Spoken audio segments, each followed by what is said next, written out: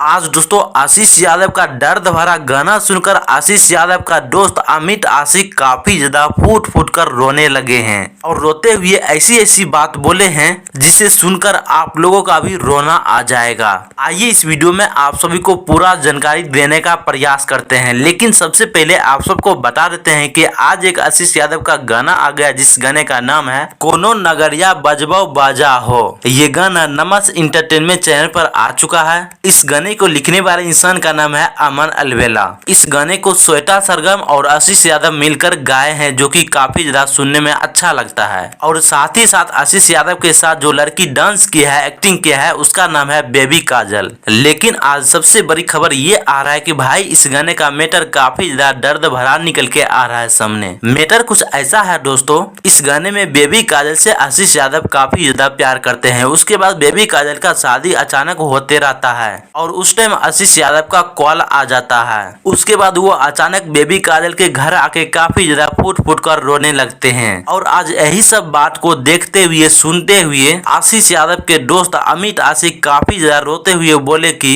अरे यार आशीष भाई, तुम कितना ज्यादा दर्द भरा गाना निकालते हो, हमको भी रोना आ जाता है सुनकर यार।